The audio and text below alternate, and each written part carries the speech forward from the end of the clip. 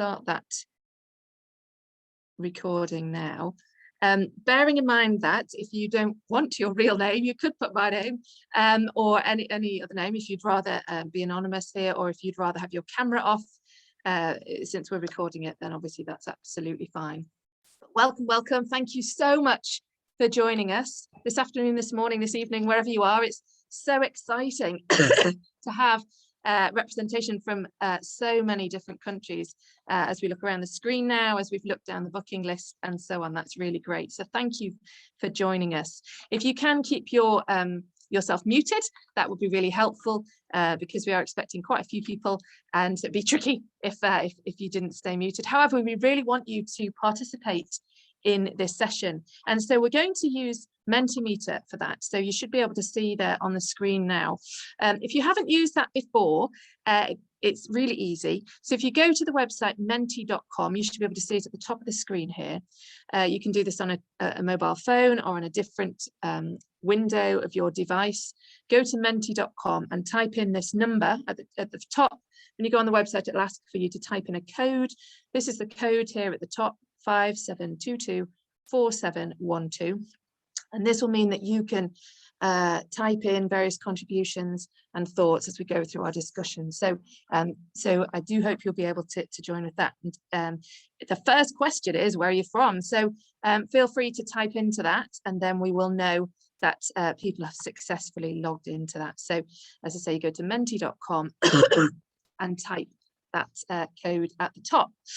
And just while you're all saying where you're from and so on, we gathered as a group, the 6 of us, back in sort of March, April, May sort of time last year. We're wanting to find out how had children's faith been impacted by the pandemic. And we'd each observed things in our own context, but we wanted to know whether similarities or differences across the different contexts that we're working in. And so in June last year, 2021, we carried out a survey, an online survey, but we also sort of supplemented that with various interviews and other surveys and other research that each of us have done in our different contexts. And so we drew that all together into the report, the multinational report about children's ministry that hopefully you've seen. If you want that later, we'll forward it on in the email after this session. And so we're going to draw upon that in this session, sharing with you various things from it, because quite broadly, it highlighted some significant underlying issues in the way that ministry is operating amongst families across all of our contexts, really. It wasn't limited to any particular setting or country. And so we really wanted to share these observations with you. We know that we have an incredible wealth of skill and knowledge and experience and expertise here. And so we want to capture that, hence why if you're able to participate on Mentimeter, that's great. And we want this session not necessarily to be the answers to all of the world's problems. That would be wonderful, it could be, but we want it to be a springboard so that you can take these observations that we're sharing away and consider how you can implement these in your own setting, in your organization, in your ministry, in your context. And so we know some people have already been setting up sort of think tanks to happen in the next week or so. So that would be wonderful to hear that. But I think this is hopefully the start of a conversation. So we look forward to hearing your thoughts, but also to highlighting these patterns and trends to help you go off and do your own thinking. But ultimately we see, as you will hear us talking about this, that there are gifts to be seen and had, that God is doing a new thing, and that we can consider developments in our ministries in this time. So I'm going to hand over to Phil to pray for us. But anyway, it's lovely to see all of these countries that you're from. So thank you for that. Hand on to Phil to open in prayer.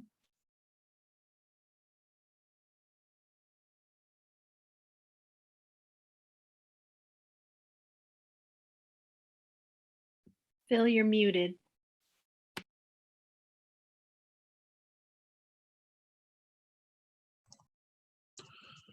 Father, from the beginning of time, you have had families and children on your mind and heart. Jesus himself said, "Let the little children come to me and do not forbid them." Father, we need your presence with us as we seek to find ways of bringing more children into your kingdom. We are asking that your Spirit guide our thinking and conversation to fit your desire for the children of your world. For if we are too busy to invest in the spiritual formation of children, then perhaps we are too busy. Father, children need and deserve the opportunity to hear about Jesus. And we pray in his name and commit this time to you. Amen. Well, welcome everybody. We're going to start with a question. We want to, so get ready with your Mentimeter questions. In what ways is your ministry or organization involved in ministry among families? So go ahead and type your thoughts into the Mentimeter. In what ways is your ministry or organization involved in ministry among families? And while you're typing that in, I'm going to just talk a little bit about what our desire was for this research, our context for it. We really wanted to come together to help families and churches nurture children's faith formation. And this pandemic, as all of us know, has turned kind of our worlds upside down. And the way we have been used to doing ministry was not the way we could do ministry, depending on your location, depending on quarantine, depending on whether you could meet at church or not meet at church. And so we wanted to see what was going on in our world, what ideas could be sparked from this situation, maybe help us rethink how we did ministry in our particular context. One of the beautiful things as we met and as we talked, Isaiah 43 kept coming up in our conversation. Isaiah 43, 18 to 19 said, "See, I am doing a new thing. Now it springs up. Do you not perceive it? I am making a way in the wilderness and streams in the wasteland." And one of the things we talked about as a group was maybe this pandemic might be a gift to us, or there are gifts hidden in this pandemic, saying that we believe that God is calling us into new ways of doing life, a new way of doing ministry.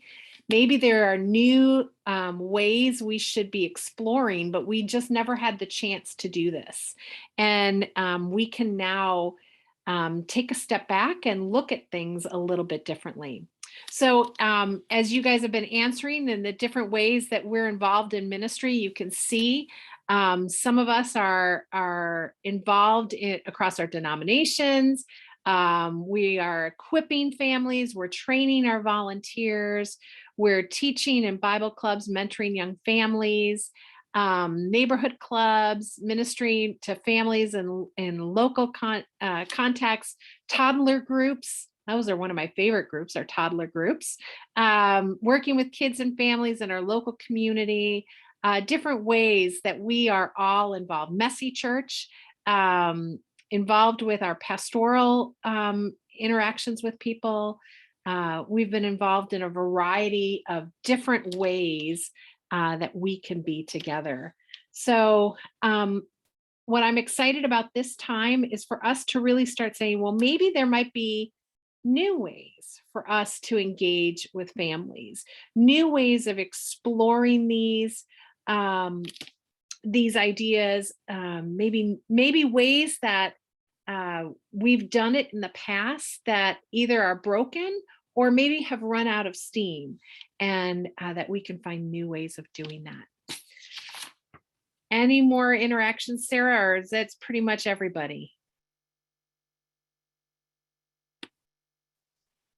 That's great. Yeah, I think we've got such a good spread of experience there. It's exciting, isn't it? All these things. Super. Brilliant. Yeah, take a look, people, at everybody at what we're doing, the different ways that we're engaging with families. Sarah, I think I'm going to turn it over to you. Wonderful. Thanks, Mimi. So I forgot to say, I'm very sorry. I had a lovely slide earlier of introducing the team. So I'll just whiz back to that there. As a team, we met, as I said, last springtime. And these are all of us who are involved. And Sue unfortunately couldn't be here today, but hopefully we've got a video of her so she can join us remotely later. So just to kind of introduce you then to the research. So we sent out the survey to across the globe really, but we did focus on 4 case study nations that we were each working within. So the UK, the States, Brazil and Canada. And as I said earlier, this included surveys, interviews, observations and various other things. So Val is going to join me, I think, and help me to share with you some of the key findings that that came out of it. So Val, actually, before I put the key findings on, do you want to just explain a little bit about, Mimi's already mentioned this idea of kind of a gift of the pandemic. But do you want to just talk to us a little bit about kind of why we wanted to do that? That would be great. First of all, I just want to share, I know a lot of you are making comments that we're struggling. We have reached 100 and there's been a limit. We will provide the recording later for those who aren't able to come in. So thank you for the concerns there, and people have been contacting us to come in. We'll share that with them. That's just a little glitch we've had here, but thank you everyone. As far as the presentation, yes, we can share this with you as well. So just overall, what as we gather together, realize here's a chance. When we're taking out of our comfort zone, things come to light. And that's what we really saw, that during the pandemic, things became clearer as to where our struggles were. So it really was a gift, as Mimi has shared, to be able to reevaluate what are we doing right, what are we needing to fix and adjust based on what we're seeing during isolation. So really grateful that Sarah was able to share. She helped really lead all of us in sharing and putting down on paper some thoughts around this, and as we discussed and shared, some of the results were incredible. So Sarah, please share some of the thoughts there that we uncovered as we studied things we probably already knew, but it was just evident and became so clear, and such a gift to be able to have something concrete. Yeah, sure.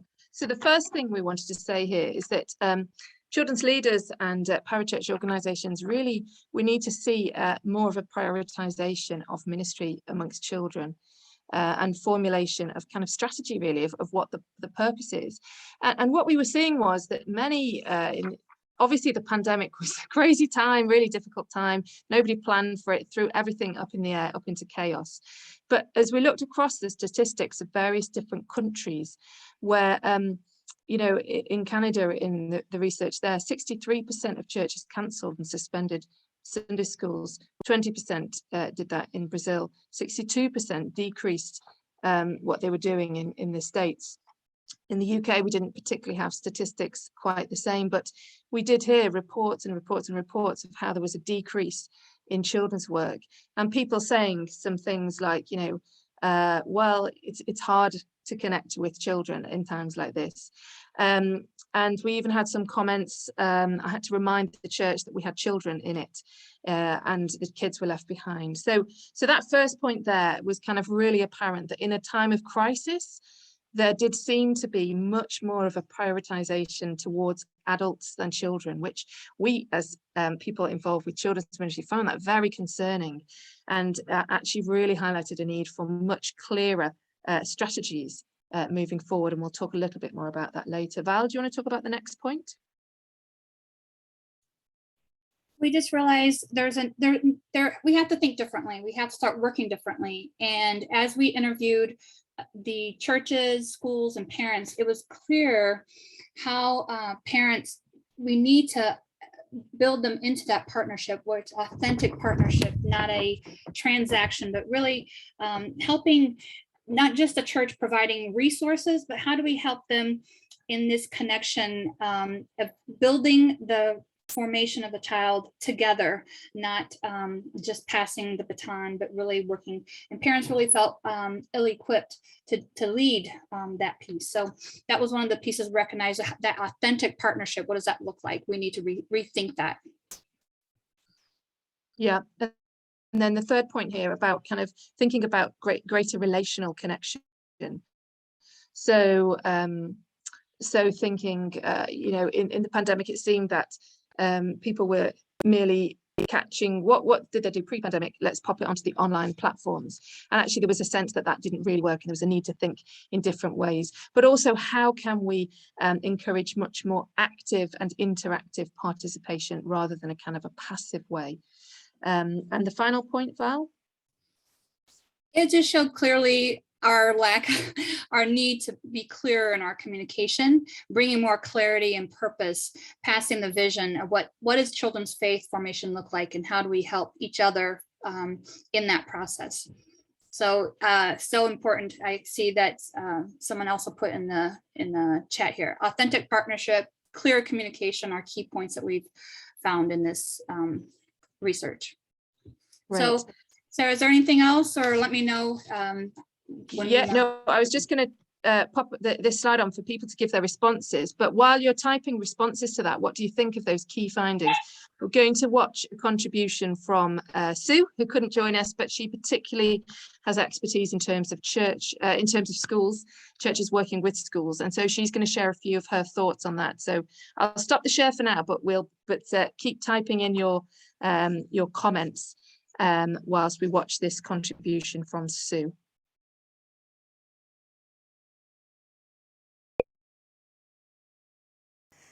Hello, I'm Sue Price, and really delighted to have been part of this multinational research project. And I am co-principal and pastoral outreach coordinator at the Margaret Beaufort Institute of Theology in Cambridge, and we're the Catholic house that's part of the Cambridge Theological Federation. My particular interest in this research was what was happening between schools, families and church, and how this was affecting faith formation for children. And we acknowledge that only 16 schools took part in the research, but that gives us an indication and perhaps some hints about where further work needs to be done and how we can grow this work in the future. What is clear from the research that during the pandemic, the school and church connection on the families had little impact on faith formation. Schools didn't seem to be able to draw on church resources. Churches didn't seem to be able to really easily link in with schools. However, what's a very positive note there is that where it was possible, there were real relationships being formed. Schools beginning to realise that through fostering a relationship with their local church, they could gain support. What was identified was that people felt that actually priests, clergy visiting schools could actually offer support to staff, which was needed, perhaps more than actually worrying about the children at that point. So I think that's something to build on.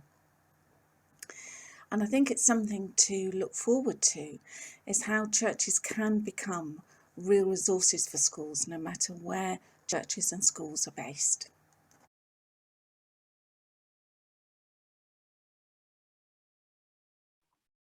So that gives you a bit of a summary of some of our kind of key findings, and we're going to dig into them a little bit more now. So I'll hand over to Lawson to think about this whole area of vision and strategy looking ahead.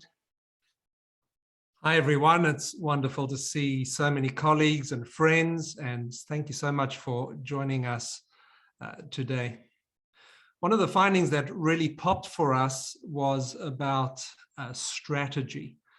In fact, the absence of strategy in children's and family ministry. And so I'm going to spend a little bit of time looking at that, and want to ask you that while I'm chatting, that you will look at the Mentimeter question that we've put up there and briefly highlight the importance of vision and strategy and respond to that, please. I want to start by quoting from our research, where we discovered that 97% of respondents indicated that the church should not be the primary lead in the faith nurture of children, but rather their role was to support parents, reinforce parental nurture, and be available for advice if needed. This response is staggering, since it does not seem to portray the contemporary ethos of many churches in the countries being researched. Indeed, in our research, churches communicated that they saw it as their job to disciple children, not parents. When I first read our draft of the report, I underlined for myself 97% of respondents indicating that the church should not be the primary lead in the faith nurture of children. And as I underlined that, I recognize there's a profound disconnect between what churches are doing and what parents want churches to do and what we should be doing. So there's this disconnect. I'm not sure if Sarah's sharing the PowerPoints that we've got there, but I've got a little picture of a disconnect, just to remind us that something is not connecting as it should. So we obviously and urgently need new vision and strategy for children's and faith formation. That's my next picture, Sarah. And the need for this new vision and fresh strategy is highlighted in the fact that most churches, in fact, 99% of the churches in our study, do not have a vision or a written strategy for their children's or family ministry. And I want to stress, particularly, we interested in a written strategy here. There are some who indicated they had strategies that were not written. 99% of us not having written strategies for ministry is alarming.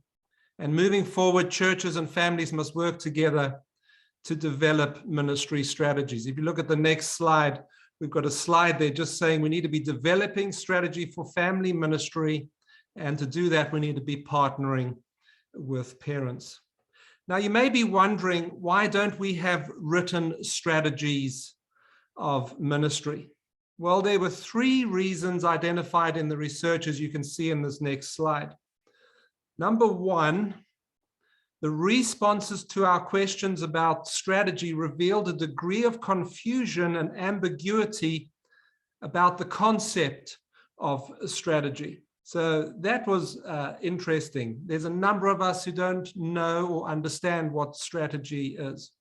Secondly, many respondents perceive the provision of ministry activities or programs in and of themselves to be their strategies. So they thought that what they're doing is in fact the strategy. And thirdly, we discovered that strategies are often determined not by children's or family ministry leaders, but by senior levels of church leadership. And that one in particular was a very important finding because it impacts how we think about this moving forward. Moving forward, if you move to the next slide, thank you.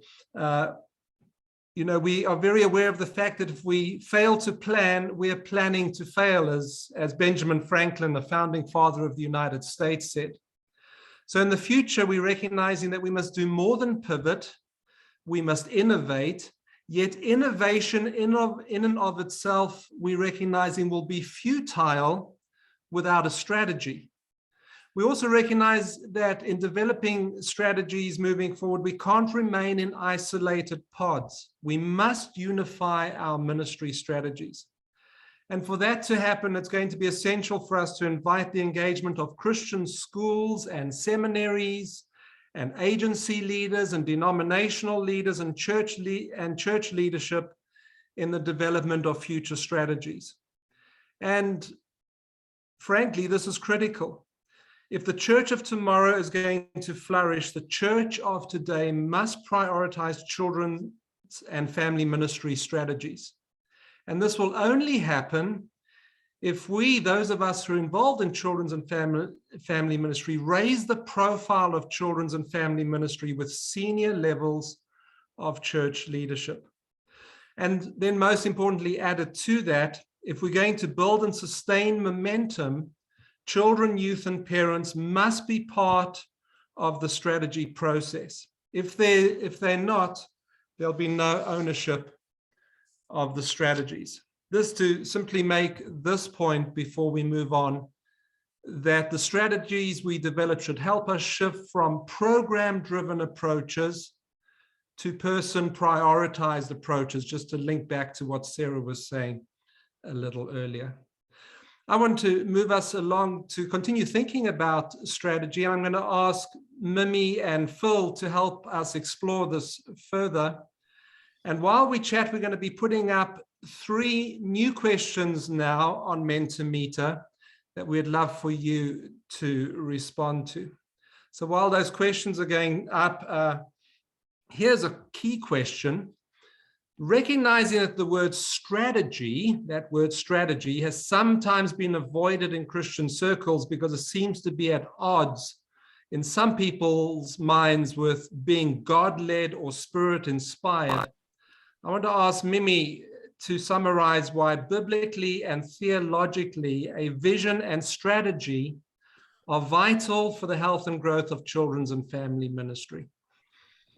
Well, I think it's oftentimes we look at ministry with children kind of as a lesser than ministry. Oh, we're just having the kids together, or they can play, or the real work is done with adults. But we know that children are full image bearers of God, and that ministry with them is important. It shocked me in the research that 99% do not have a written strategy for ministry with children. That's like going on a trip and having no plans, right? No idea of where you're going, where you're going to stay, or what you're going to do. But a vision and strategy, it lays a foundation for your work. Otherwise, you're just going from one idea to another. And without that type of leadership, without that type of foundation, there is chaos. And not that your ideas are bad ideas, but you want a vision and strategy to guide your work. What's your ultimate purpose? Why is it that you do what you do? And that guides then your strategy for accomplishing it. So a vision and strategy is just essential. And we see that through the biblical story, right? We see that God has provided leaders throughout the history to have vision, to have strategy, to have this kind of foundational work as they did the work of God. And so why would we not be doing that with children as well? Wonderful. Thanks, Mimi. So I'm wondering, so we've got this thinking about strategy, but are there good examples of success stories of denominations and churches and organizations, schools, maybe even families that have developed children's or family ministry strategies that are appropriate and applicable for ministry both now during the pandemic and post-pandemic? Phil, your thoughts on that? Well, Lawson, when we go through the report, we didn't find any success stories, either from denominations or churches or organizations that were at work developing new children's or family ministry strategies to get them through these last couple of years. So that doesn't mean there haven't been any, and there aren't any out there, but no one reported it as part of their replies, their responses. Now, we know we need to make changes, but we also have to think and consider about some innovative approaches to children's ministry. So if we're going to make a difference in the future, we do need to do some strategic thinking, as a result, develop a strategic direction for the future. We know the why. As children's ministry leaders, we know why we do what we do. What we need to focus on is the what and the how. One of the things we'd like to suggest as a team is that we form local and or regional groups to get as many thoughts together as possible. And each region, each group could collaborate to define the what and the how for their area. For Canada, I can't speak for the other individuals that are here, part of the team, but Lawson and I would welcome the opportunity to work from people in Canada to develop a strategy moving forward. And you can contact us, Lawson through Scripture Union Canada and myself through BCM International Canada. And I know the others that are online would love to participate in that. And so you could write to Sarah Holmes and get the contact information. Tremendous thanks, Phil. We obviously need to desperately prioritize the development of strategies for children's and family ministry. But we're going to hand back to Sarah now to continue on.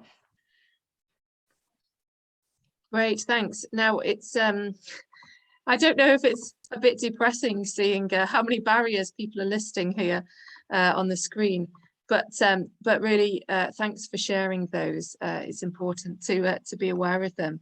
And so as we look through and see, as I'm sure you're familiar, the bigger the word, then it's been mentioned many times, and we see this thing of lack of vision, no training, lack of understanding, lack of capacity, leadership, church leaders, so a whole host of things. And these are behind each one of these things there is a story, isn't there? And that there are many stories, and I think this is something that we as as people, and I say this collectively to everybody on this call, those of us who care about children and family ministry, we need to really be looking at these barriers to see how we can, in our own settings and our own ways, overcome and work against some of these barriers, really. So that's really helpful. Thanks for sharing those. I should say these things that you're typing in, we'll email these all around as well. And this next question then, bouncing off what Lawson and Phil were talking there, where do you need to begin?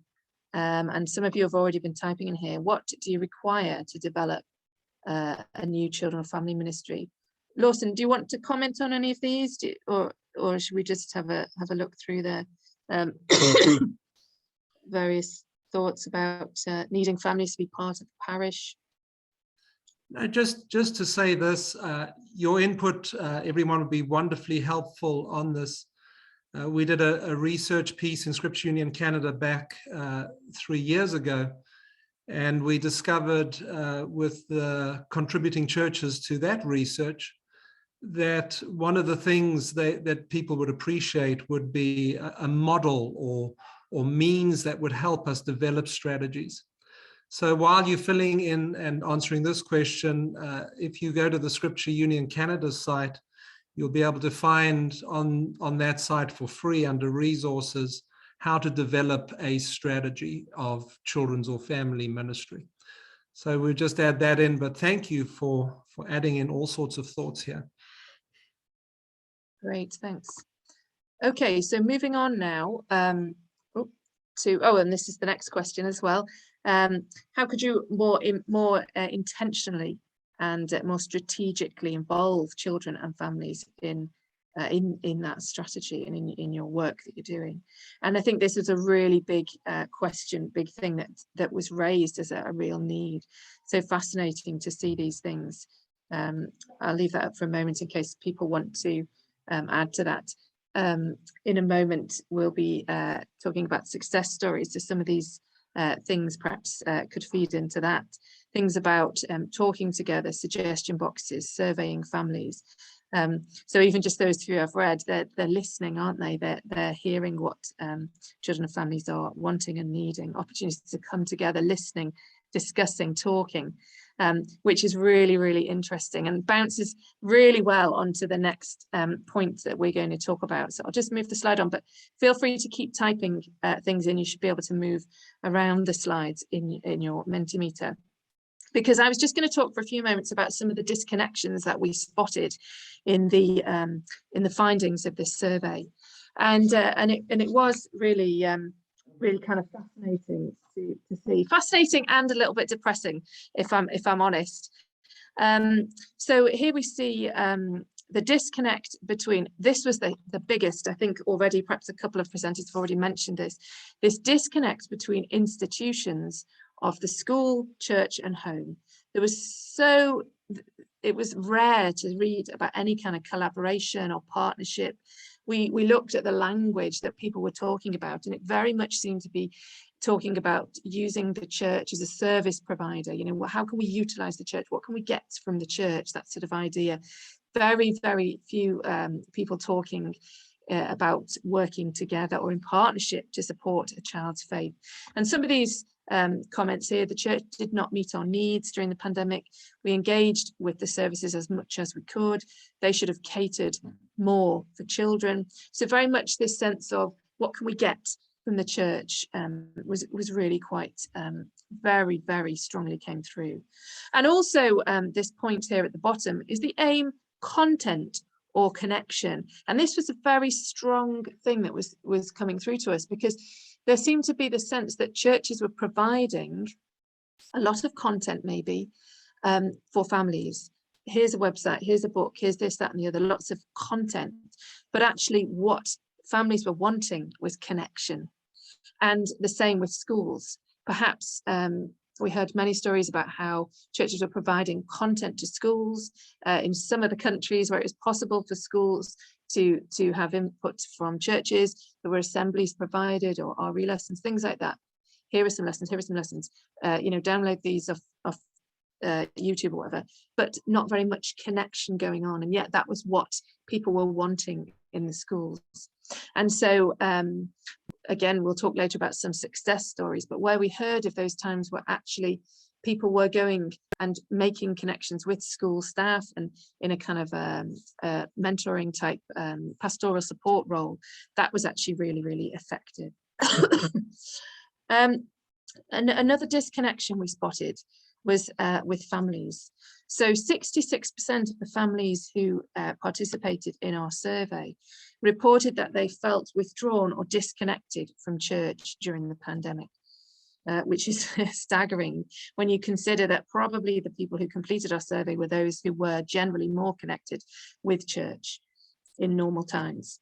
And yet there was another kind of dichotomy and disconnection.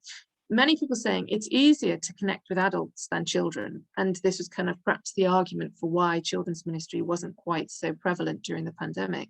It's easier to minister with adults. And yet, many also said, we can't connect with children because their parents are too busy to log them onto the computer or this kind of thing. So there was a sense that adults are easier to connect with, but then the sense that adults are stopping us connecting with children. And so it's just a little bit of something to unpick there, I think.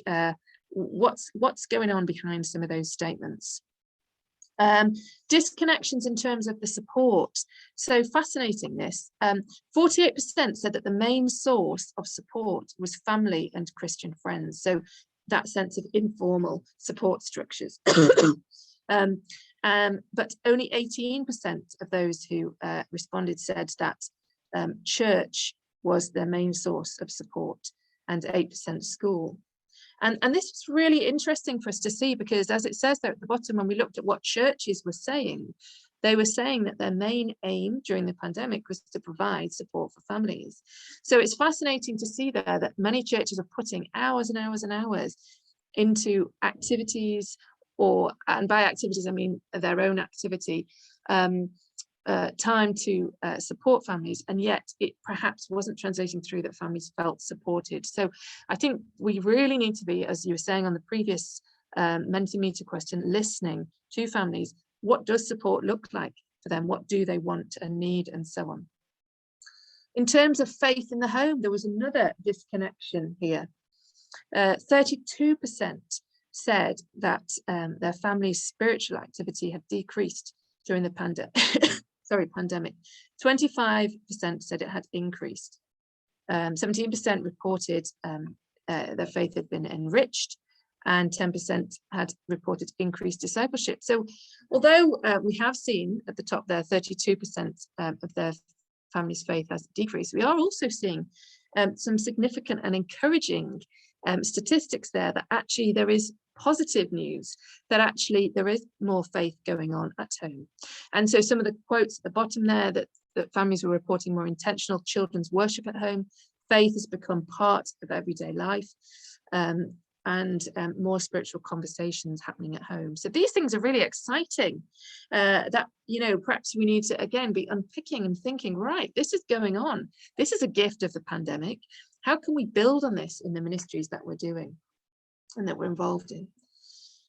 What do churches think parents want? We asked this, and you'll see here that various things, and the bottom one, 26% thought that parents wanted support in children's faith development in the home. However, when we asked what they were doing to do that, there was very little that we could see actually happening. So although that perhaps 26% thought that was what parents wanted, didn't necessarily translate to what was actually going on.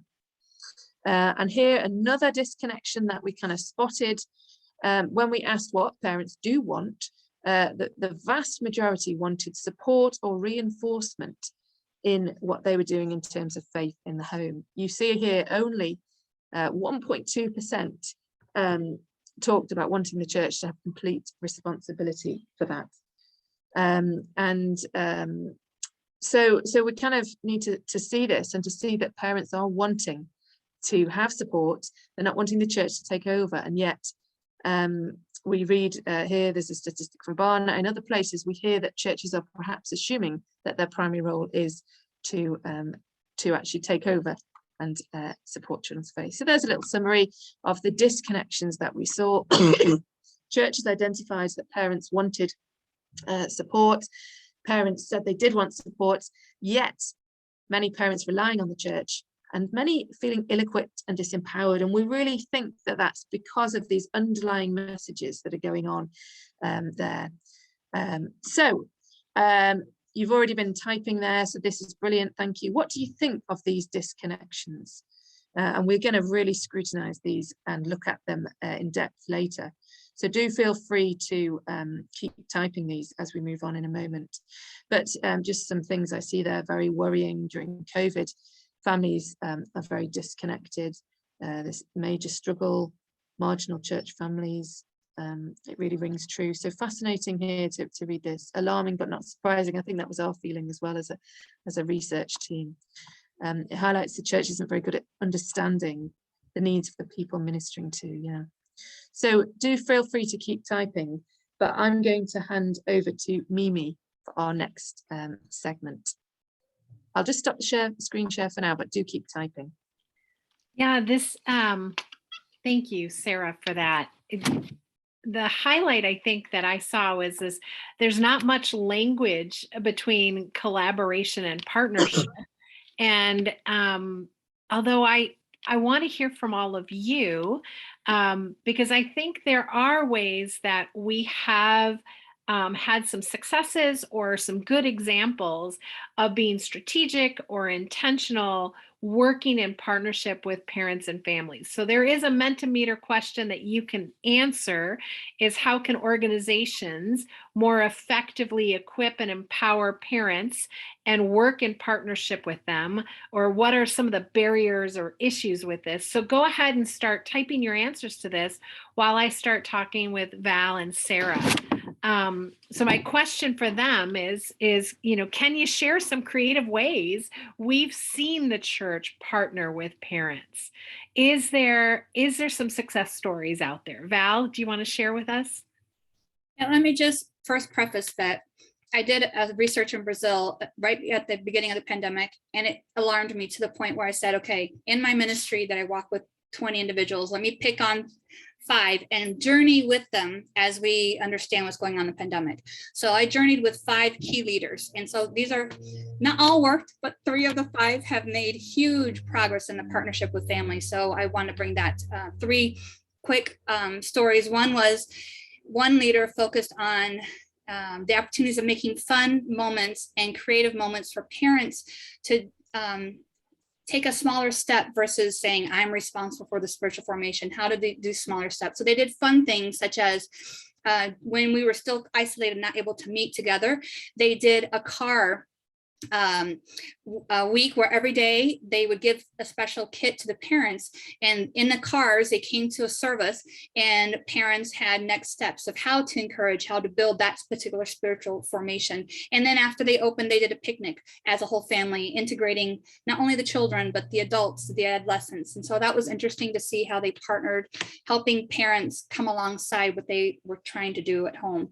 The second one, she said, you know what, I can't build into every family, and I know parents are struggling, I'm going to pick 5 families to coach and come alongside and say, how do you want to see formation grow in your family? And she walked on a weekly basis with them, and they created a vision for their family and spiritual formation on how they would walk and create. They actually each presented their own strategy and plan. And as she walked with them, they at the end presented something in print that they were able to put in their house. One did a mug with the key vision and strategies for their family as where they wanted to grow.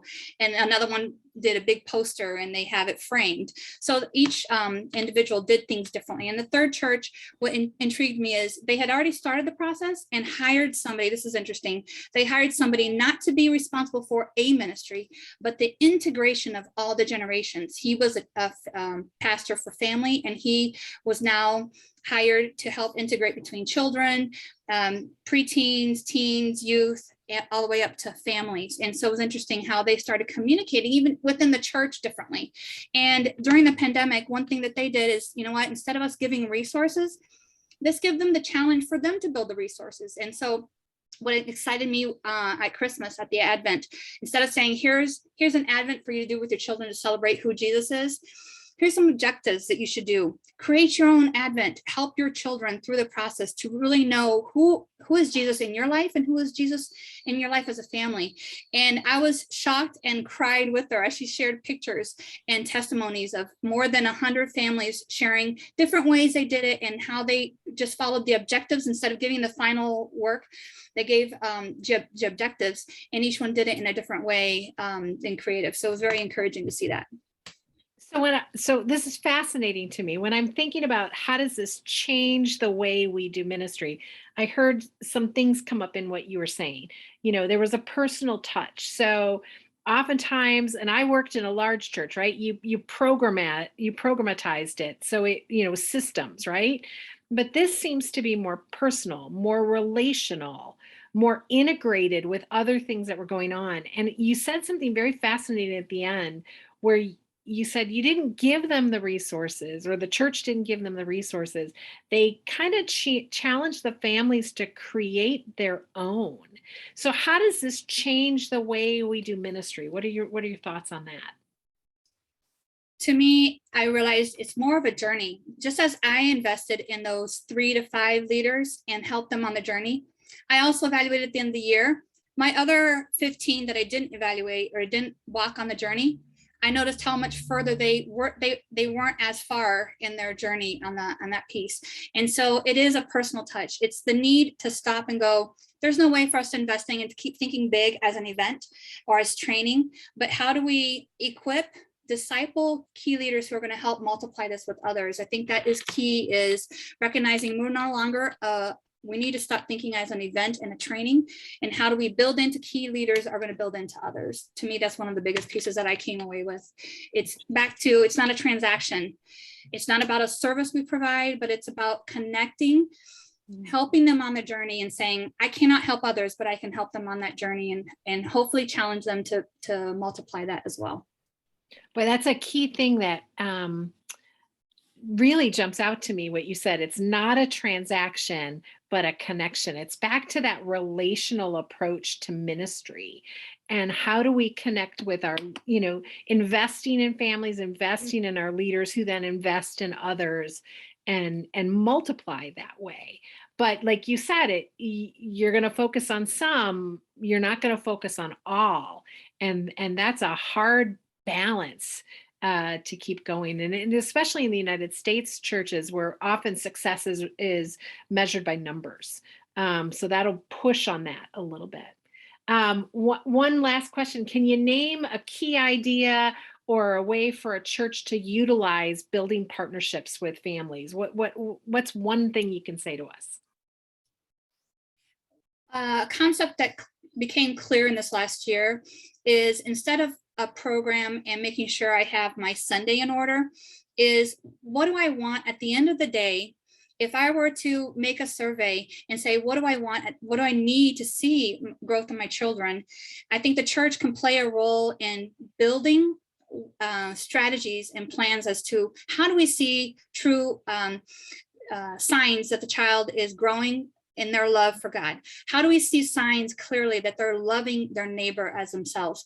And so if we make it clear as to create objectives, we can communicate and walk and bring along in the journey on here's our objectives. And just like in a school, you have parent-teacher conference.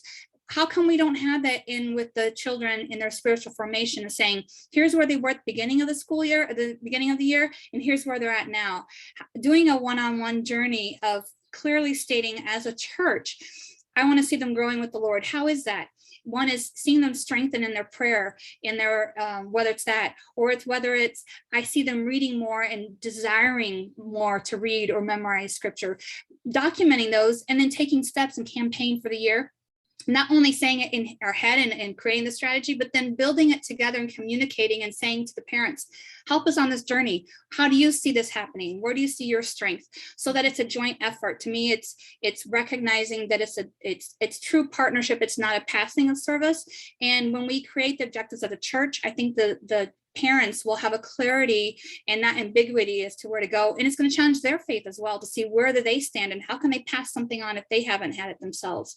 So to me, that's the biggest piece that I see is the church can bring clarity on objectives so that parents know where to go from that. And it'd be challenging for the parents to see where they're at on that journey as well. And I often think in this family concept, everybody's growing, not just the kids, right? So it's a family faith formation that's growing.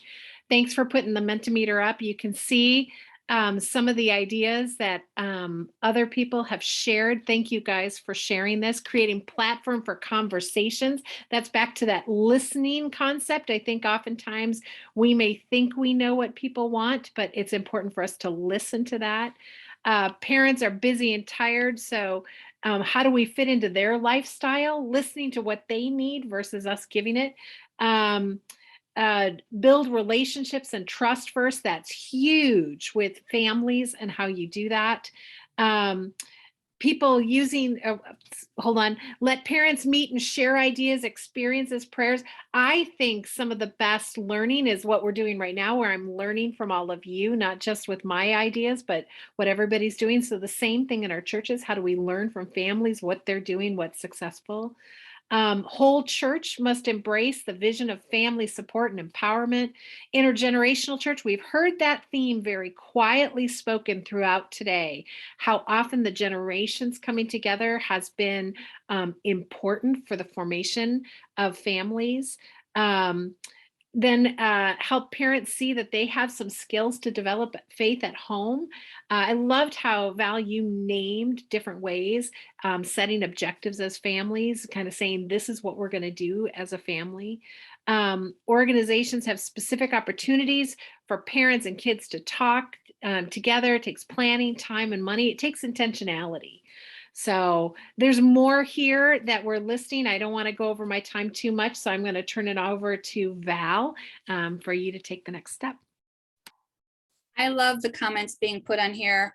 I learned a lot with Dave and Dave Cisnos and the importance of listening and really seeing where is the theology, where are the kids, and how to come alongside. And I think we need to do that with the parents as well. And what challenged me this season is I looked at the story of the Promised Land and how it was clear they did an evaluation of the land before they went in, and they said, no, it's not possible. But 2 said, no, it is possible. And in the end, Jacob and Caleb understood clearly no one was going to go in there with them. They were going to be going on their own. Only the kids were going to go with them. So I might imagine the strategy. Did they just work with the kids, or did they work with the whole family to figure out, you already know you're not going in, so how do we prepare your kids for the battle that's coming ahead?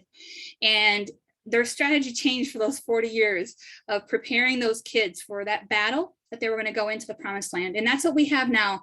The statistics and what we've seen is not negative. It's this opportunity for us to prepare and be ready for battle, to go where God's called us. So Lawson, I know you have some strategies and some thoughts behind that. So I want to pass that on to you so that we can encourage and build each other up here. Great, thanks, Val. And thanks everyone for contributing in the Mentimeter. Please keep doing so. We're putting another question up now. As we now move to what's probably uppermost in your minds, how do I develop a new plan for children's and family ministry. What's next? We've had this research, we've all had our observations through COVID-19. And interestingly, as we finished putting our research report together, one of the first questions that was asked of the report itself was by Phil, when Phil contacted the rest of us and said, so how does this work out practically? How can we encourage and inspire the global church to focus more intentionally on children's and family ministry?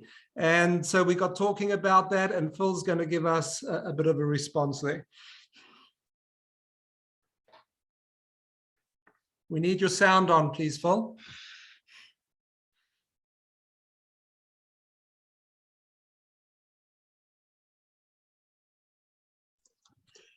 As you answer that Mentimeter question, we just want to go through some of the challenges and issues. Before we can find a solution, we've got to understand what the challenges or the issues are that will cause us difficulties in developing a new plan. And of course, one that's been mentioned 2 or 3 times today is that children's and family ministry aren't as prioritized as highly as adult ministry. And that has to be changed. We have to have a different approach. Families, churches, and schools aren't collaborating in children's faith formation. And that's particularly, of course, effective here in Canada, where we can't get into the schools and we cannot teach Bible in our schools. So we have to work with just families and churches. We have to get away from a content or program-driven approach that predominates right now. And we've got to get to more of a relational one, more of a relational approach. Let's move on, Sarah, if we can. We have to get, so many of our tools that we have aren't flexible to meet unusual situations. And so we have to somehow develop more resources and tools that will fit the variety of situations we find ourselves. Yeah, a big one, of course, is parents aren't taking the lead role. And I think what it is they just don't know how. This hasn't been prioritized. And so they don't know how to take the lead role in their children's faith formation. And so they feel ill-equipped to nurture their children. And I think there's a certain amount of fear to that. And so the next challenge then is to training and equipping parents to be that primary source of their children's spiritual formation. And that's a challenge because we have to get accustomed to it ourselves. We have to do the research. We have to look for the material and make it a priority of us who work with children to help to equip and train parents. Then the next few slides that were challenges and issues we've got. If we can, some have mentioned on the chat the intergenerational connections, and they're limited, but we need to expand that more. We have to make that much more effective. We have to let children become actively involved in ministry in our churches. Too often, they warm the pew, they warm the chair. They need to be actively involved. And then to go back to some slides, we need written strategies for children's and family ministries. They're just mainly non-existent right now. So if we don't know where we're going to get there every time. And we need to recognize that research in and of itself will not help solve these challenges and issues. It's what we do with the research. That is, we know the why, but we need together to determine what and how. How can children's ministry be restructured and or redesigned to focus on the faith formation of children? And what can we do as children's ministry leaders to make a difference? How can we be more effective advocates for children's ministry? Lawson? Thanks, Phil. So just to add to that and to restate, what could or should be the next steps. Sarah, if you'll bring up the next slide, please. Here's what we've also been thinking, that in some way, shape, and form, we need to be training all pastors because they are the primary decision makers in children's and family ministry. What would that look like in our seminaries and Bible colleges? What would that look like denominationally? That question needs to be asked and answered.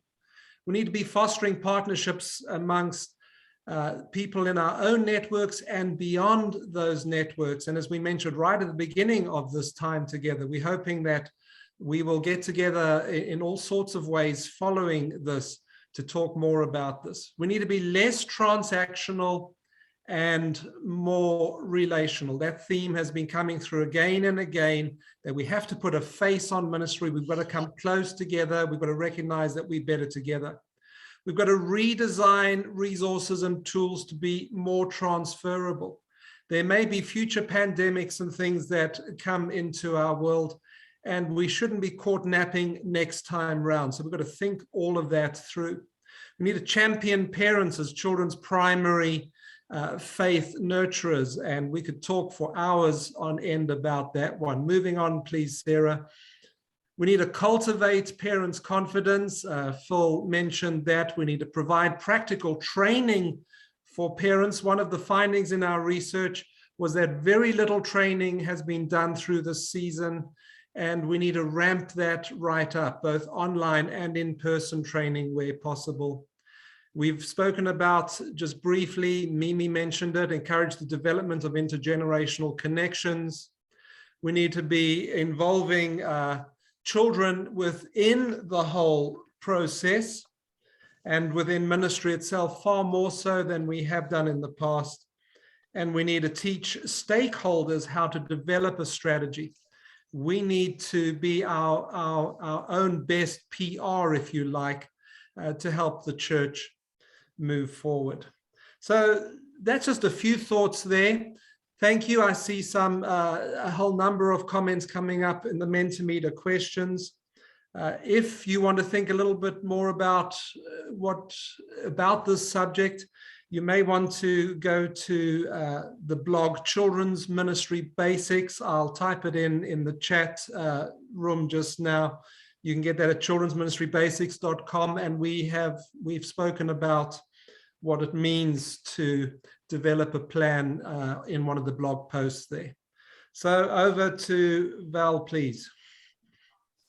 I just want to close our time in prayer, and I'm excited. I love the challenge of thinking differently and the comments being made. And Jessica, you're so right. It is about partnership. It's not one or the other. It requires the church and the family together. Just as in the Promised Land, Jacob was responsible for leading them, but in the end, it took the entire nation together in preparing and partnering, and we need to do that as well. So let's just pray for God to continue giving us wisdom on what we've learned here and how we can best now partner and find a way to strategically reach the children in this new season that we're embarking on. So Father, I just want to come before you and thank you so much how you have given us this gift to see things in a different light, to reevaluate and go, hey, we need to start thinking differently. We need to start acting differently. Give us the strategies, give us the people around us to continue challenging our thinking, to grow, to understand how you designed us to be in community, to truly help one another on this journey, knowing it's a journey of partnering in our understanding of who you are and our role in the kingdom. So continue to guide us through that. In Jesus' name, I pray, amen. I want to pass it over to Sarah for last comments, and we have a video for you at some point. Great, thank you. Well, thank you so much, everyone, for joining us. In a moment, Sue's going to wrap up the final thoughts. But apologies again about the limit on participants. We thought we'd increase that so that everybody could join, especially on a Zoom like this, that we wanted to kind of encourage collaboration more widely. That's a shame, but we have recorded and we will share the video out, and all of these Mentimeter comments, we'll share those out as well. But as has been mentioned, we want this to be springboarding conversations. So do get in touch if you, we do have like 300 people who want to be part of this conversation. So if you want to, start conversations on some of these sub-themes, we'd like to kind of share those ideas out and perhaps get some kind of sub-teams, sub-conversations going. So do get in touch if, sorry, some of these things have touched you particularly. So I'll hand on to Val's just going to play us Sue's video about closing comments, but also the final slide on Mentimeter. If you want to share any resources or ideas with others, then feel free to share those in these final few moments. But let's just have Sue do our concluding comments. It is my delight to be able to draw this evening's meeting to a close, even though I'm having to do that in a pre-recorded message due to a prior commitment. But first of all, I'd like to thank you. Thank you for taking part in a really extraordinary gathering together, which I think is a really important sign of the Holy Spirit. I'd like to share with you this verse from Isaiah 42. I will make the blind walk along the road and lead them along paths. I will turn darkness into light before them and rocky places into level tracks. I think at this stage of the pandemic journey, we are being led along paths. We are beginning to emerge out of the darkness into the light. And I think, and I hope you appreciate that this report is one of the gifts that we have been able to receive out of the work that's gone on during the pandemic. This report as a gift needs further unpacking, and that's the exciting part for us to do now. That is part of the ongoing journey. Who knows where we may end up? But perhaps part of that gift is to think about how this can be a way of shifting the paradigms that we're now currently working in. Through unwrapping, exploring, playing with the gift that this report is, may we see a different way of working in the future. So again, a very big thank you for being with us. A very huge thank you to Sarah, who has coordinated this whole project, along with Mimi, Val, Lawson and Phil. It has been a real delight to be a project team with all of you. And I thank you for the work that is now going to emerge.